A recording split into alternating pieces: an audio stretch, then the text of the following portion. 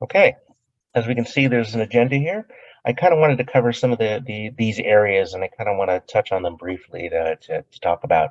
Embedded within this presentation, there'll be a number of tools that I am hopeful people will be able to use in the future. I have used them to great effect in various projects that I've been a part of, as well as in assisting and saving various projects. So I wanted to start out by discussing trust within a project, which is very, very important because without trust, it becomes very difficult to lead a project, which moves on to leadership. Again, leadership is another important element because leaders within project management really need to be seen, understood, represented, and participate. One cannot be an absentee leadership leader, and we'll talk about that later. These other 3 points are encourage, motivate, inspire. These are elements that you, as a project manager, need to be doing to help move a project forward that has been in trouble. Um, then after that, we will talk about culture, which is another element that has important ramifications for the project, as well as we'll talk about a cultural tool that would be helpful.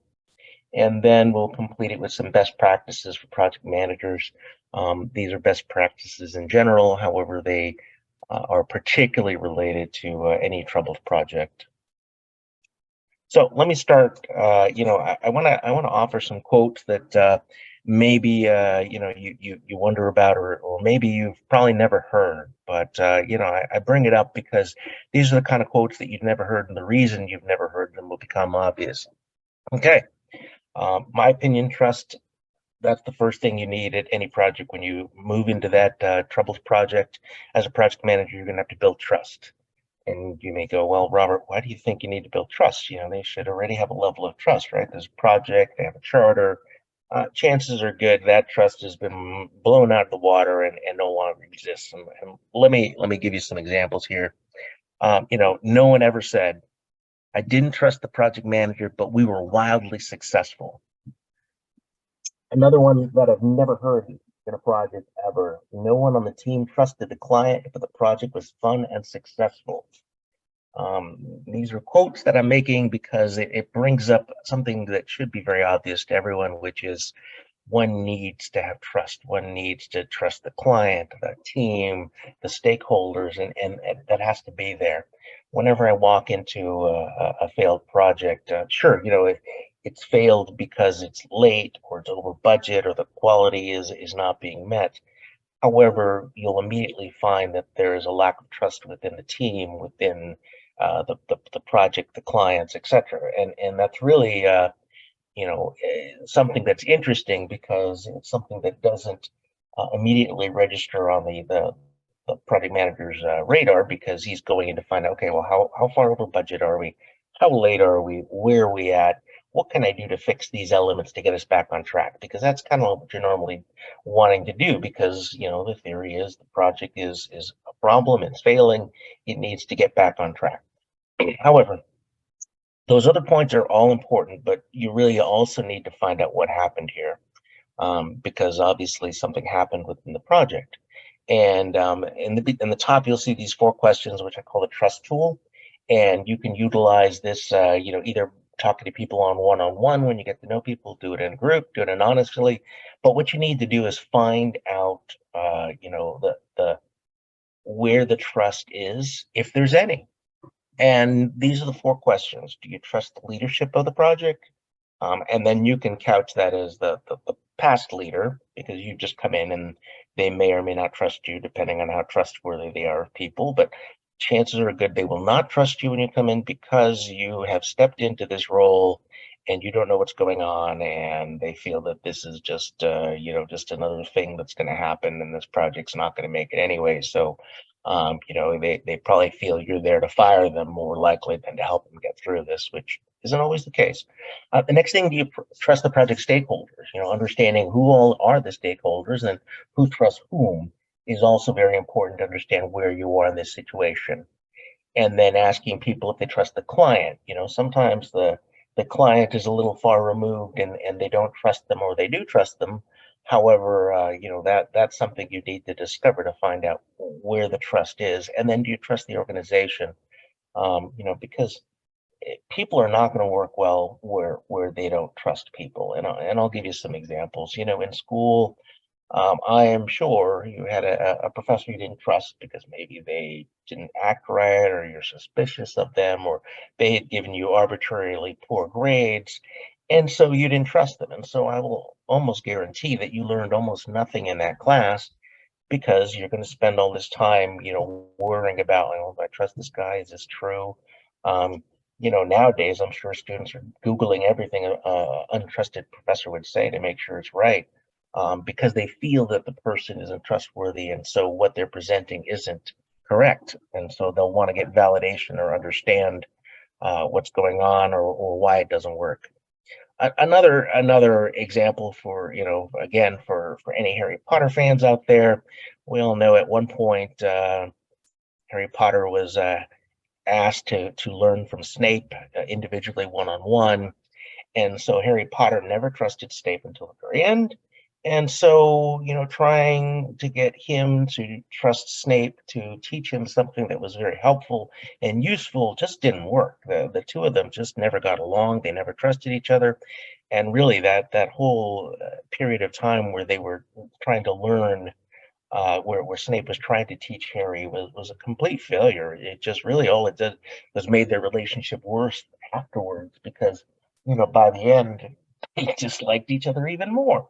So it gives you an idea of this whole concept of trust. And if people don't trust each other, they aren't going to learn from each other, they aren't going to want to work together, they are going to find reasons on why they aren't all working together. And in the end, you really need to get this whole trust environment working, because you need to get people working towards that common goal. And so whatever that common goal is for that project, you need everyone in alignment moving towards there. And so this also is going to help you understand, well, who are the trustworthy individuals, who have their own agendas, who's working on a different agenda, and what's going on. Because you're never going to get that project to be successful unless people trust each other. And I'll give you the most important thing that will happen, because once people start trusting each other on the project, even though you may be late and you may be over budget, if people trust each other, they're going to talk about solutions. If people don't trust each other, all they're going to talk about is blame.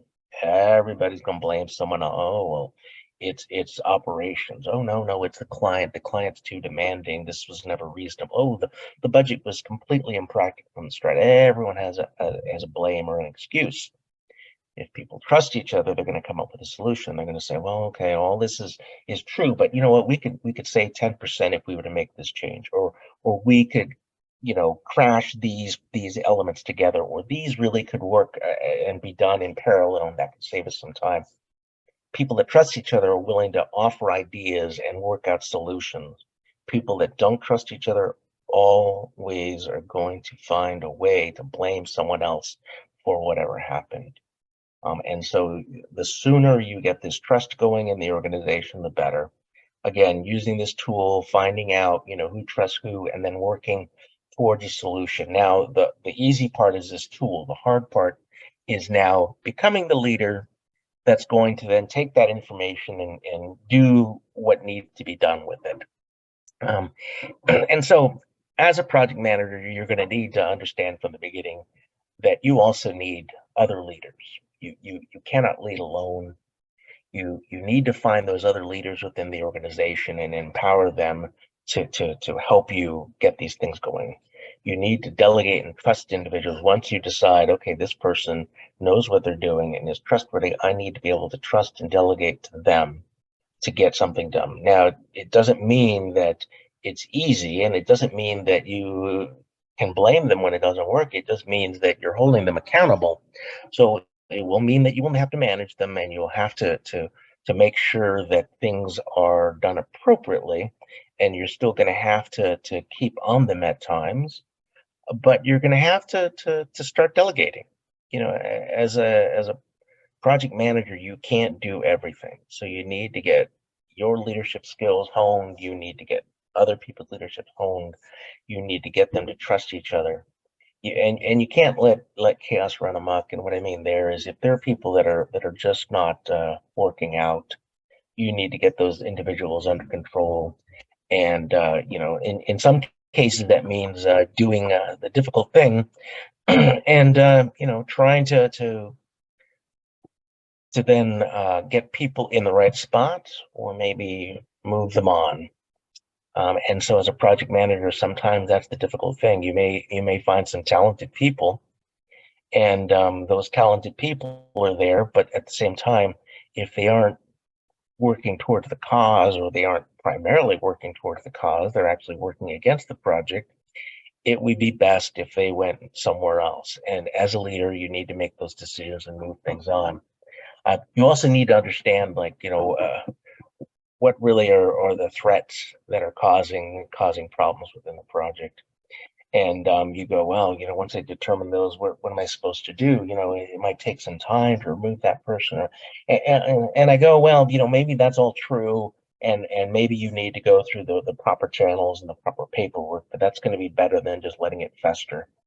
And the other thing is, it's interesting how fast, people will rally around, those problems, because you go and say, well, people might like that person, so if I leave them, I'm going to lose some people, and other people, well, maybe so, maybe not. But it kind of reminds me in The Hobbit and the Battle of the Five Armies.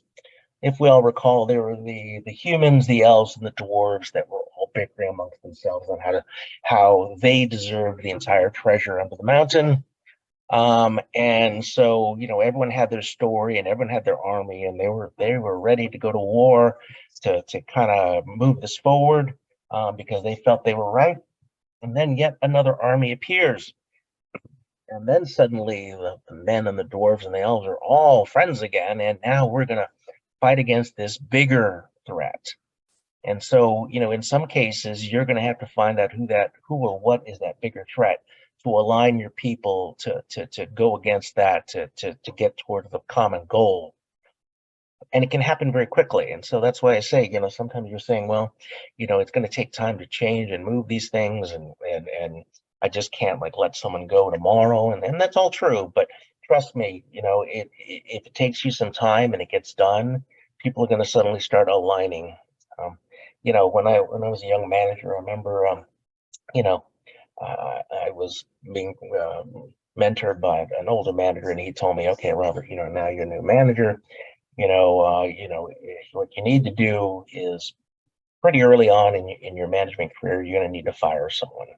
So, fire someone? I thought we were here to mentor people and help them grow. And I was like, well, he's like, well, that's all true, but not everyone is doing the right thing, and in particular, I think we have a theft problem in the organization.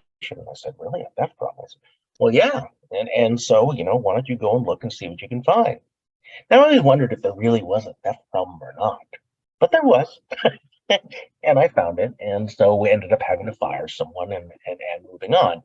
But it was that it made me that threat, and I thought, well, wow, maybe there is something going on here that needs to further investigate. And you look into more details, and you start getting closer to understanding the problems, and then you address the problems, and sometimes in that leadership role to address those problems, meeting, you have to let someone go. And it was an interesting lesson, and it reminded me that sometimes you need to let some people go that aren't aligned with the project, to move it forward. And I'm not saying that they were at fault, but they are the individuals that are causing the organization to falter, or have issues, or have doubts, or not work together. Because if people are unhappy and they don't trust each other, solutions are not being brought up, because they're like, well, I don't want to lose my job, because suddenly I feel like I'm doing something, that might not work, or I'm going to recommend something that's going to cost change and cost me to get punted out the door. People need to trust that there's going to be a decision, but it's going to be the right decision. Also, we talk about complexity theory and understanding the nonlinear aspects of leadership. remember that as a leader, everything isn't going to go from A to B to C. And so you're going to have to see it as a massive continuum. All these things are happening. Individuals are doing different things at different times, and being able to understand and inject yourself into those areas to help becomes necessary. Now, once there's trust, they're going to come to you. However, it may be necessary in the beginning in this troubled project that you're going to have to insert yourself to help, because you don't know what the last leader did. So it's hard to know what exactly was wrong with their leadership style. But as you get to know people, they'll tell you, and then you can then use that information later on. Okay. Now, I feel that as that incoming new project manager into the troubled project, one of the important things you need to do is encourage. Chances are really good that people within that project are discouraged. Okay, they already know they're over budget. They know they're late. They know the client's mad. Repeating that to them is likely not going to help. And so I encourage you in the beginning phase to listen to everybody. I mean, everybody, anybody, stakeholders, project team, project leaders, anybody, anyone who's part of this, because chances are good someone understands what the underlying problem is. Someone has a solution there. Why they didn't bring it up before typically is because people, they didn't trust the organization, they didn't trust the leader, they were unwilling to do these things. And so, as this project manager, you need to come in and listen. And then in the beginning, you need to be very careful about asking people and not telling. Coming in and barking orders when you really don't have the full picture probably is not going to result in the best solutions. I get it. Sometimes you need to go and tell people, hey, you got to do this, you got to do that, and you got to hold them accountable. But you gotta be polite about it. I feel that being polite is going to go a long way. And you go, well, why is that, Robert? And I go, okay, the last person who was in this, they saw they were over budget, they were losing, they were late, and the client was mad at them. So intuitively, that project manager probably got to the point at the end where they started just barking orders at people. Do this, do that, don't be late. Why? Because they ran out of time themselves and they could not manage their time. And so the fastest way to get a reaction is to just bark orders, just like the drill sergeant does. He will bark orders in your face and you will march and march and march because he's yelling at you and telling you, and that's just how it is. And yeah, sure, that will work for a little bit until people get resentful. And guess what? They stop trusting you. Going back to so you see, there's a progression to a failed project. It's always going to kind of end up in the same place. So now you're coming in. If you come in and you act just like them, they're going to see you exactly like they saw them. They don't trust them. They don't want to help. They don't want this person to do anything. And in fact, they just want to run away and get away from this failed project because, it seems like torture to them. The other thing is please and thank you. You need to make the time for these common politeness elements. You really need to to be polite, and it just comes down to people that have felt undervalued that now are being appreciated are going to be more likely to want to listen to you and start doing the things that you say than not. Just it's that common politeness. You're polite to someone, you're kind to someone, they will be kind back. You yell at someone, they're gonna yell back. So you kind of reap what you sow. So in this case, when you are coming into that trouble project, be polite. Do the things that you feel would make for common politeness and courtesy. And it's always so interesting to me how uncommon that is. I see people getting mad, for example, at their server. We just had Valentine's Day, and if any of you went out on Valentine's Day, I really hope you had a great time, but I and my wife had some horrible times going out on Valentine's Day because it's always the same thing. You're going someplace that's super crowded, super busy, understaffed, and overpriced. And there you go. Now you're thrown in there and you're supposed to be happy and romantic. And what you get is an ulcer, unhappiness, and then you start getting short with the people that somehow you feel is blame, which typically is your server. Because now your server's there, they're trying to hold it together, but they know they sat you down. The bar is backed up, the kitchen is a disaster. And so if they get you a drink in 20 minutes, they feel that's a win. If your dinner's out in an hour, they feel that that's the best they can do. Now, some of them may tell you up front, some of them might not. But in the end, you're going to get antsy and mad because you're like 20 minutes in, can't even get my first sip of champagne with my wife on Valentine's Day. And we waited, we had reservations, but we still waited another 30, 45 minutes. It's now over an hour and you barely had any contact with anyone. And, you're now upset. And so you start taking it out on that server. So, it's that same thing. That project's just started to fail, went off the rails, and now you end up mad. So hard to avoid, but I'm just telling you, this is just a normal thing that happens. So, as for me and my wife, we just didn't go out on Valentine's Day. We will go out and do something else on another day, just because of some bad experiences. And it really becomes, you want to be mad at someone, but at the end you're like, well, everyone tried their best. It's just it was busy, understaffed, and overpriced. So, I can go someplace, middle of the week and get the table I want, and the server will be right there, and have a great time and be a lot happier. Okay, so inspire. Now, here's where it comes down to, you have to kind of start thinking about um, what you have to do to kind of inspire people. You have to figure out how to reward people. What can you do to kind of get them that inspiration? What can you do to help get them to want to do these things? How do you move that forward? So, what you can do, in my opinion, is to work on stories of success. And we all have some success stories. And, when you talk to people, have it queued up, that you've thought about these stories about success and different elements, and keep it short, tell people about them, tell them the things that you've done. Not always necessarily in the past, maybe at other projects of and the big thing here is you're trying to set the stage of stories of success. And what I mean by that is you talk about successful projects. Only talk about successful projects. You go, well, how is that helpful, Robert? And I go, well, if you start setting the tone of successful projects, people hear successful project, people hear success, people will want to move towards success.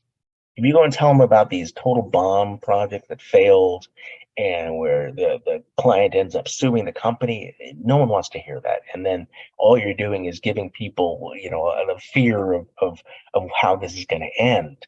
And you don't want that. You want them to think about success, become success. You want them to embody success, and you want them to have a positive attitude. You need them to remain positive and to think about, well, what's going to be successful, what's going to be the next move. And that's the bottom point there about tomorrow.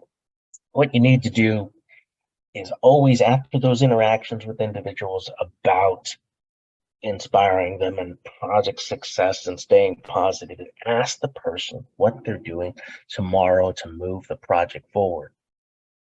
Find out what their plan is, and tells you two things. One, if they have a plan, then now you know a little bit more about the project and what they're doing, and you can evaluate to make sure that that's really going to be helpful. Because if it's not going to be helpful, maybe you should kind of redirect them to something else. Or if they don't have a plan, then that's a time to interject about talking about the things that they could do. So this inspiring moments when you were speaking to people, particularly one-on-one, Could be in a group, but one-on-one works a lot more. You tell them that short story, you maintain the positive attitude, and you talk about tomorrow. You want to get people to be inspired about tomorrow and what they're going to do tomorrow. Why?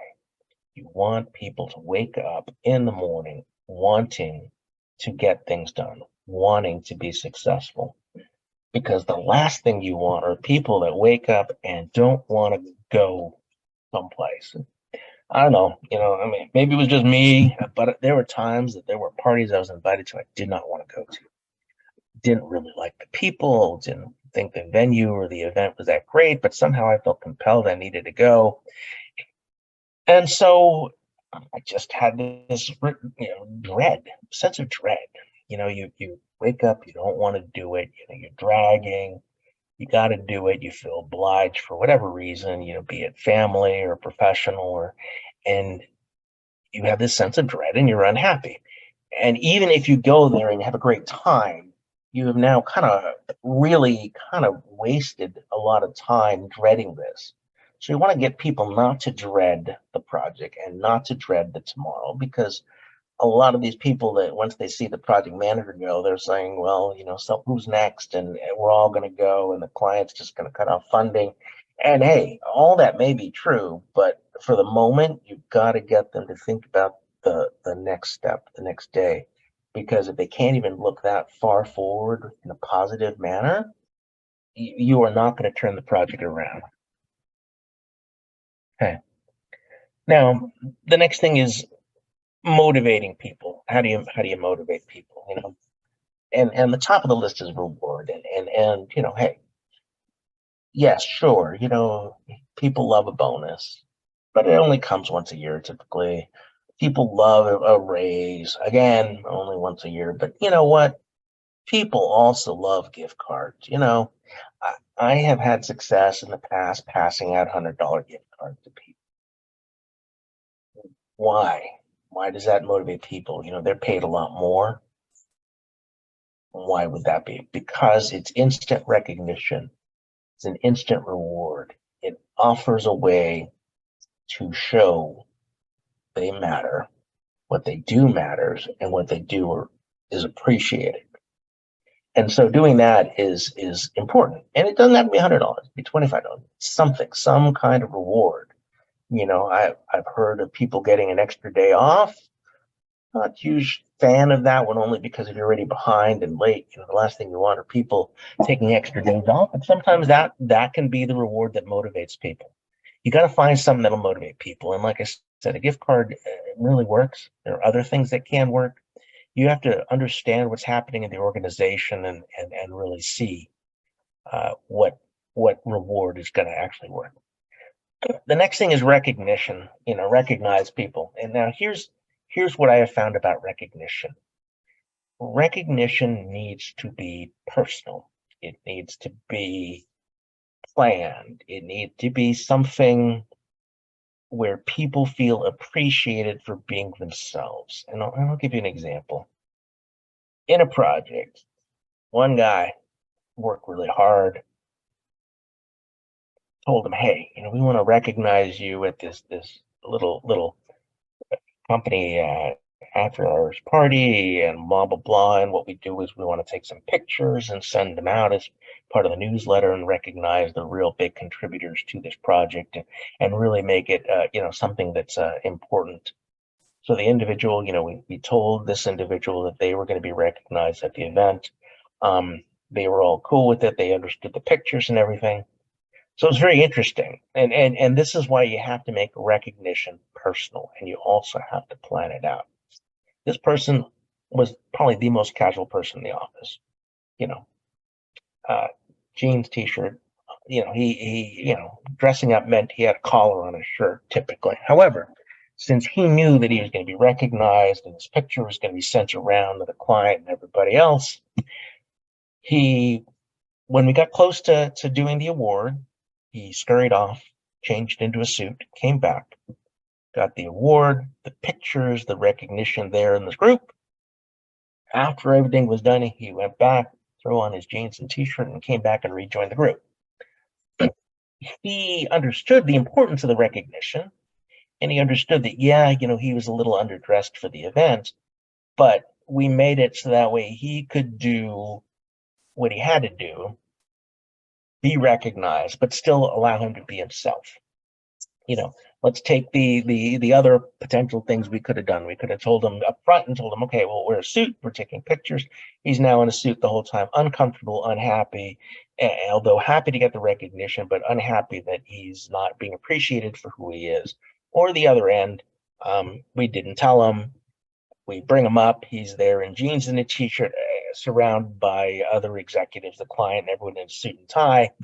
And now he looks totally out of place. And now this picture gets sent around. And although it is him, he probably has a feeling of like, boy, I'm underdressed. And boy, this recognition, now I'm being recognized for the most underdressed person in the office. It seems so you have to make sure it's personal, make sure that the individual knows and make sure that it's something they want.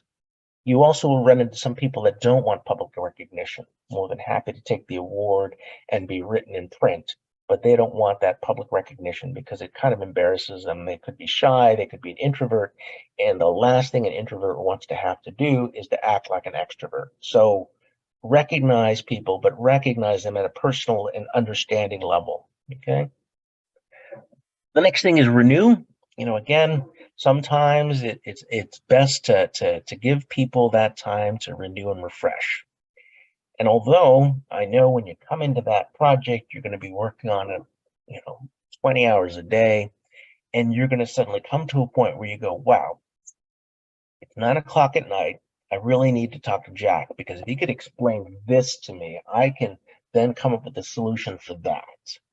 And so I will send Jack a text at 9 o'clock at night asking him some detailed questions. Well, as much as that sounds like a good idea at the time, I really would encourage you not to do it, because the last thing you want is to now start interrupting people all around the clock, because it doesn't help people to renew, and all it does is gives them anxiety about work. Leave them be. The answer to that problem will still be the same at 9 a.m. the next morning. You can still ask those questions at 9, get the answer, and become less of intrusive person. You really need to learn how to keep those boundaries to allow people to renew and refresh, because it's one of those things where it just needs to happen. It's something. If you are in and on people all the time, and I know you're trying to fix the project as fast as possible, but you just got to give people their space, so keep that in mind. Okay. Next thing I want to talk about is culture. And so culture is very important to a project. Again, it's going to be something that's not one of those big elements that you might see in the plan. The client is not going to go and complain about the culture. They're going to complain about over budget, late, poor quality. Um, they might complain and say morale's low, but chances are good they won't even notice. So you go back to this. Okay, so top of the culture is always morale.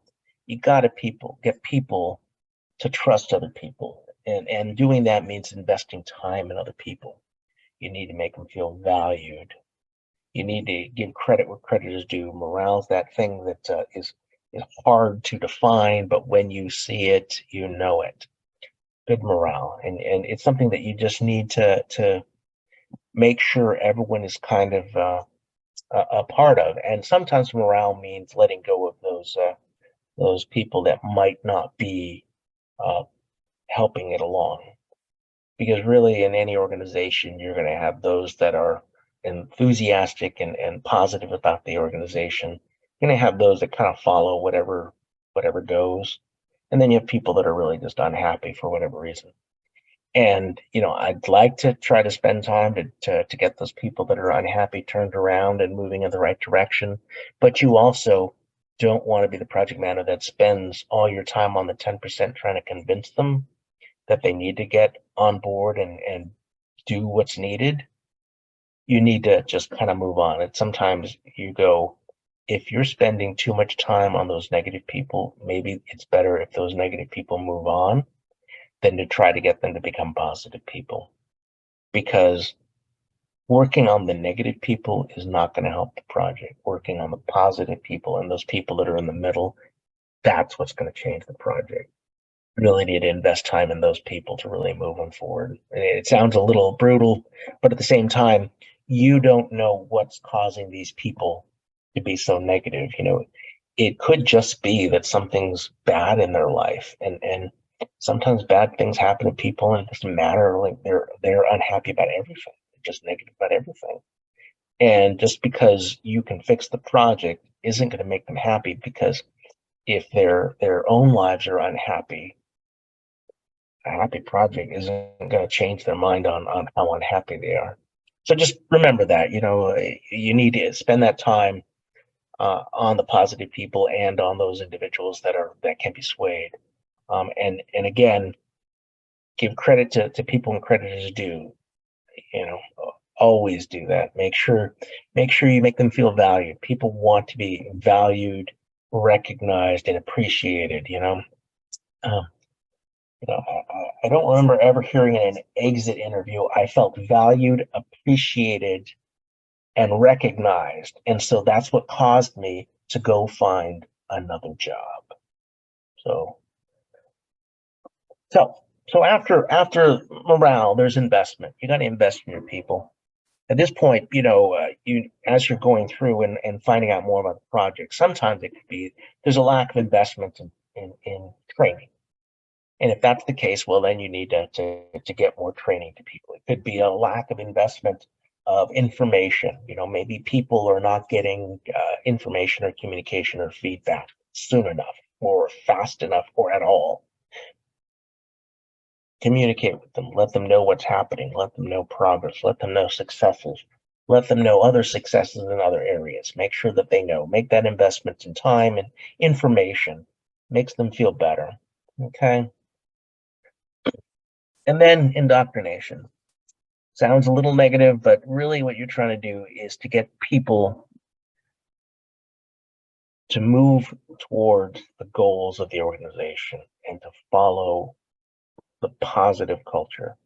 You need to give them, you know, you need to make people feel safe that they're moving towards these goals, and also make sure they understand there's no excuses. And no excuses means you hold people accountable. If someone says they've got to get, they have to get this deadline, you hold them accountable to the deadline. Meaning if the deadline's not met, there are consequences. It's not just a late on the timeline, there are consequences. Now, you also need to get people to ask for help when they need help, because you're trying to avoid other things running late. And a lot of times, if you have time in advance to make changes, you can avoid being late. It kind of reminds me of the story at Disney, for example, of the laying of the sod at the opening of Epcot. Uh, they were running out of time, and so in the middle of the night, they brought out all the sod, and every cast member was out there laying sod to try to get Epcot open as expected. So, sometimes you can throw it all together at the last minute because you got that influx of extra help. But once it's late, throwing more at it, it's still late. So, it's harder for people to rally around something that's already late rather than before it's late. Sometimes that last minute work and that last minute push is what it takes. And getting people to buy into that really matters. Okay. Excuse me. Okay. Now I'm going to offer you a cultural tool for the project. Because we've talked about culture, we've talked about trust, but now it's that same kind of concept that we talked about before for the trust tool. There are the list of questions about the culture. And again, it can be one-on-one, a group, anonymously. And what you're doing is trying to understand the culture of the project and of the organization in order to make the changes necessary. And this list here, again, you can talk to people individually. And on that first question, I would recommend you asking about the leadership of the project prior to your arrival, because they probably won't know you well enough to know your leadership style. And so then that could allow them to give you some feedback on really what happened. And you go, well, why is the culture so important? You know, here's some other quotes I've never heard before in my career. I hated my team, but we did great work together. I really think that's possible, where culturally you don't get along with everybody, but the work's going to be great. Or this one, never heard this one either. No one has my back at work, but we all work toward the same goals. Think about it. Those kind of comments are never said because it doesn't work that way. And so, the minute you start having problems like that, where the team is not working together, the culture is not holding them together, they don't have each other's back, it's just not going to work. And the culture can have ramifications on the individual too, because the culture isn't just the culture. And I'll give you the example. I've heard this story before where there was a great sales guy for an organization, and he was always a top performer, and he always did great, but he was a jerk. People didn't like him. He didn't attend meetings. He didn't do what was needed. He didn't turn in reports on time. But the organization let him do whatever he wanted because his sales numbers were always great.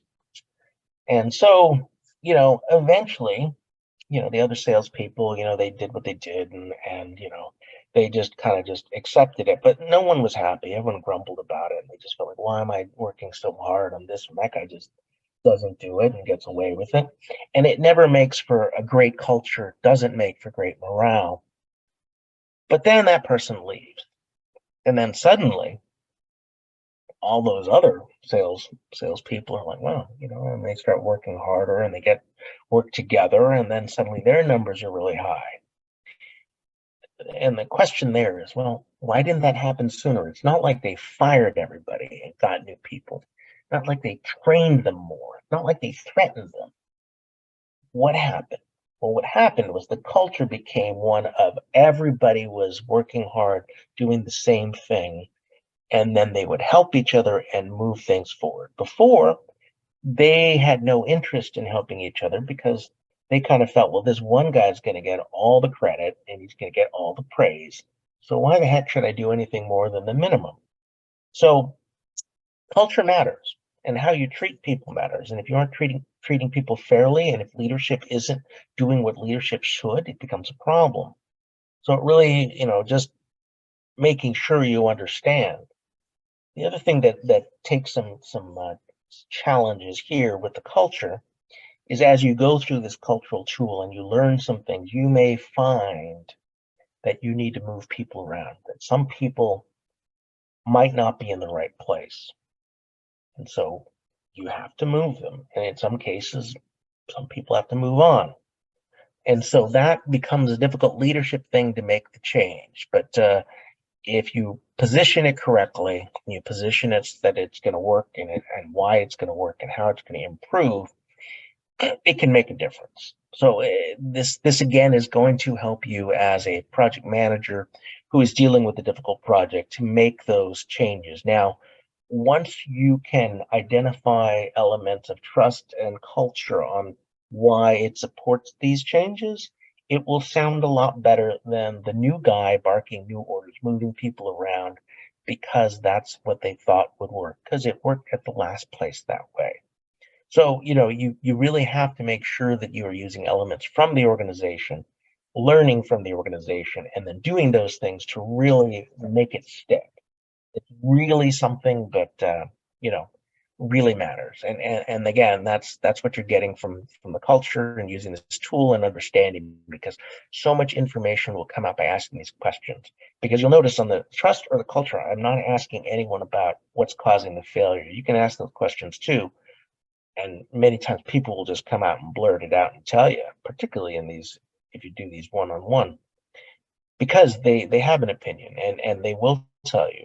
But the whole thing is, this will give you context. It will give you context. Well, if you get an idea on, well, it failed because of this, you can say, well, that wasn't the culture. Would the culture support that? Did the culture support that?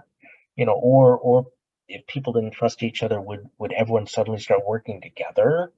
Because you could say, well, oh, I know what the problem is. The problem is people aren't working together. Well, if the culture is one of appreciating the individual and there's no trust, well, no one's going to suddenly just jump together in a team. It's kind of like when I teach my classes, I can almost feel the dread when I say, and in this class there will be a group project. I don't think there's anything that can cause more dread, consternation, and stress in students than announcing a group project. Because now suddenly they have to work as a group. And that means working with strangers and working with people they don't know. And if it's online, now you're working remotely. Boy, yet as a project manager, that's what we do all the time. And so if you are uncomfortable with those group projects, it's going to be uncomfortable for you to do these regular projects, in the real world. And so you have to kind of get past that and you have to understand what you need to do to get through it. And again, trust. The reason you're unhappy on a team project is you don't know these people, you don't trust them. Culturally, I don't know what these people, do they respect deadlines? Do they know the importance of my grade, their grade? Or are they just taking this class for fun? Or are they an A student or are they a C student? So anyway, so just keep that in mind, and so understanding culture, working as a team, and then moving forward. So having said all that, let's talk about some best practices for project managers.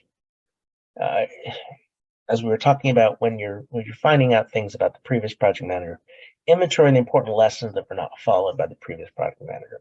A lot of times the individuals that you talk to will say, he or she never did this. For example, we never had regular team meetings. I never knew where I stood. I didn't like that Sam was treated better than others. Start listening to what the lessons that you saw from the previous project manager, because that will help you develop a plan. Because people will be happy to tell you almost always about the shortcomings of others. They are less likely to tell you about the good things they did, and you can certainly ask, and they might not even realize some of those good things because uh, the project started failing, and so things got negative kind of quickly, and so you're going to find a lot more negative baggage. The lesson here is that as you learn these things, you need to distance yourself from those things, because if you start finding out these are things that the project manager before you was doing, and if you start doing them, people are going to lump you together. And you don't want that. You need to make that break. You need to separate yourself. No, no, I'm different. I'm here to turn it around. I have a plan. I'm going to be able to do these things. And to that coming out is you're going to develop a plan as this happens. And part of it could be a lack of training. Could have been, a lack of communication. You also need to make the most of it face to face, because you can get face to face with people. You're really going to have a lot more time to to have them understand, and you'll be able to gauge them as well. And then you need to develop a plan for what a great project manager looks like for this project. I'd like to tell you that the great project manager is a transformational manager who is a great listener, who it can build a team and do all, and maybe that's true for the most part, but really there's going to be some unique things about any struggling project, because there's going to be parts that are different, and you need to figure out how to do what needs to be done. For example, you may find out that the client hated the last project manager. Well, it sounds like you better build a good relationship with that client right away, because if you start doing those things that they were doing, well, they're gonna not like you either. You know, you also might want to find out and address those historic problems. A lot of times I hear about, well, when we wrote the project charter, we left these things out because we didn't have a solution or no one agreed on it. And so we said we would figure it out later. Well, that tells me figuring it out later didn't work. Figuring it out later was probably a bad idea from the start. So figuring out and addressing those historic problems, and again, historic problems are going to be unique to the project. It could be that they chose to do things a certain way. You know, you also need to make sure that you identify what needs to be done. Identify what you need to become. Identify the leaders that you need to work with, and then build that plan to start moving things forward. And almost always the plan is about the people. Yes, there's money involved, there's time, but having great people and people that are motivated towards a goal are going to get things done. They are not going to necessarily do everything, but you are far better off having great people in a project because they're going to come up with ideas, solutions, and get things going and doing the right things without being asked. So all those things, and I will continue on now because there are other things. We also need to think about the new skills people need for a struggling project. What is the team lacking? You may find out that you're lacking someone who's good with communication, who needs to communicate more with others, shareholders, stakeholder, clients. You need to find those skills and find the right people. You also need to find people to surround yourself that are great. If you know someone from another project, oh, they were great with the client, and I can see this client has some of these traits that it's going to be difficult, you bring them in. You bring in the right people, and you may say, oh, I don't have the funds for that, or the client, you know what, in the end, the client wants the project done. You're over budget. You need to just get it done. And you bring in the right people. You may need to cut some people, but you need to get the right people in and get them in quickly. You got to get people to buy into the plan. Like I said, when you talk about the plan and doing these things, and there's the plan with trust and culture, getting people to buy into that. Now, like I said, make success a priority. Again, talking about success, talking about what makes success, talking to people about their successes and their achievements and their contributions. And then, if possible, figure out a way to communicate rewards getting back on track. Like I said, talk about gift cards, talk about potentially days off, talk about other rewards that could be out there. Offer people things to help them rally around the plan. You gotta just do these things to make people better. Morale has to improve. People have to trust people. Culture has to support the organization, because in the end, that's going to move schedule, cost, and quality. Coming in and saying, okay, well, we're just going to cut costs. Well, we'll just cut 10% of the people, and then we'll add 10% more people over here and cut them there. And on quality, we'll add another quality assurance person, and that'll cover it. Maybe, but I think that a lot of times a project gets to where it's struggling like that, or it's problematic, and they're bringing in a new project manager because there's more to it than just schedule, cost, and quality. All important, and you will get to those things as well. But the whole thing is, if that's all you focus on, remember that's the trap. The last project manager probably did the same thing. They focused on schedule, cost, and quality, and look where they ended up. You need to look elsewhere. You need to find a new solution to an old problem. And that's why it becomes so important to look elsewhere, because if you just look at the traditional areas, that will likely not give you the answer, because likely the last person was looking there already. And if you do the same as they do, you will probably end up with the same results as they got, which is being late, being over budget, and having problems with quality. Okay. At this point, I want to thank you. This has been exciting for me, and I hope that everybody has enjoyed what I've had to say. I hope that it resonates with some of you, because I feel that You may not be in a project that is failing today, or you may not be the person they bring in, but one day you might be, as you gain experience and as you grow as a project manager. The day will come where some project has a problem, and they will bring someone in, and maybe that person will be you, and you'll be ready. Also, all of these tools can work with a project that isn't struggling. You can take a look and see what your own project looks like. Understand the trust and the culture.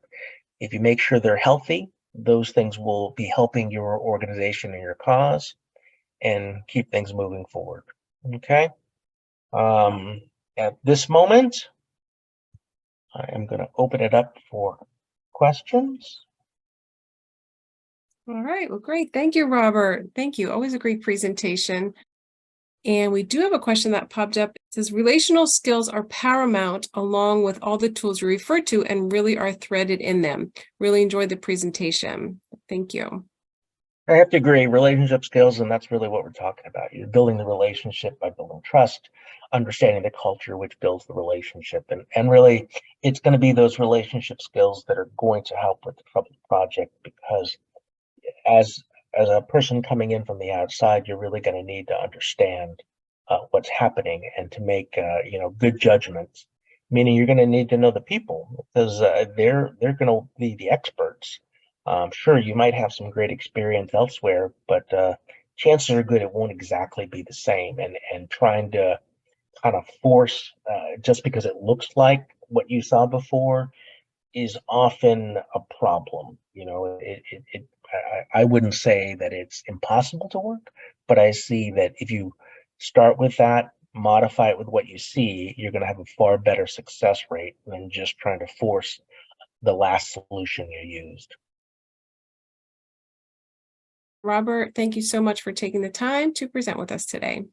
Great, thank you, everyone. I appreciate it, and hope everything is great for everyone. And I hope this was very useful. I hope that you're able to apply it in the future, because I feel that it's something that you really can use. I know I've used it. I've had good success with it, and I wish you all, as project managers, great success in the future.